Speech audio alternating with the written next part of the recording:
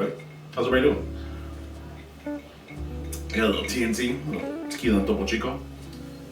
Just got back from Chinatown with the kids. Took them for some pork buns and bubble tea. You know, out here living deliciously. Might be the start of a new segment that I do regularly, where I talk about cards that either overperformed, cards I'd never seen before, cards that just put in work.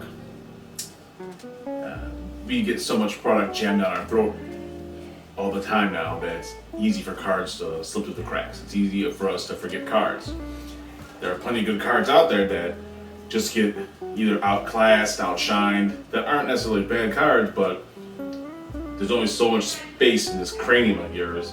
So the minute you got one card and then some shiny other card puts it along, you kick the other one out and you're like, oh, this is the card I want now. No reason you can't play both of them. There's no reason you can't play one over the other. But spoiler season's year round now, so cards are constantly getting pushed away to the side. Two cards I want to talk about this week are going to be Trudge Garden and Dawn of Hope. Dawn of Hope is going to be a one white, one colorless white enchantment that reads whenever you gain life, pay 2, draw a card. And then you can pay 3, 1 white to make a 1/1 white soldier with lifelink. Trudge Garden is going to be a 2 colorless, 1 green enchantment that reads pay 2, make a 4/4 beast with trample whenever you gain life. So they're kind of the same thing, except not. One gives you gas, one gives you goons. Both these cards have blown me away whenever I played this deck, and I've drawn them and played them. Dawn of Hope has probably drawn me at least 4 cards a game every time I play with it, and Trudge Garden has probably kept me in the game at least twice. The first time because somebody else had a card that made me sack a creature every turn. It wasn't Shelter or something like that. It was some weird enchantment that had to be non-zombie creature, I believe. I don't remember.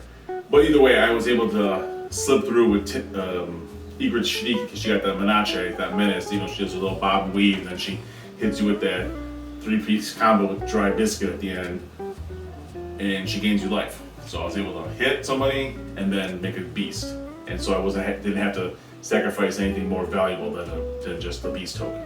Both these cards go in any deck that gains you life. Any deck that has like a life gain theme to it, they both go in there. In my opinion, I've been playing with them a couple times, they're auto includes. They're fantastic cards. Just fantastic cards. One gives you gas, one gives you goons. You know what I'm saying? So like early to mid game, you're drawing cards. You know, even early to mid game, you're making goons, you keep putting pressure on the board, you're making guys react to what you're doing instead of what they're doing. You're taking them out of their game. With Trudge Garden, fine by me. Let's say you got Pristine Talisman on board. You tap that for colors to gain life. You're paying 1 more colorless for a card or a goon, or both. You pay 3 for a card and a goon. That's pretty good by me. So that's it really. You know, any kind of white deck or any kind of green deck or any kind of color combination that has those 2 into that life gain is a focal point of the deck.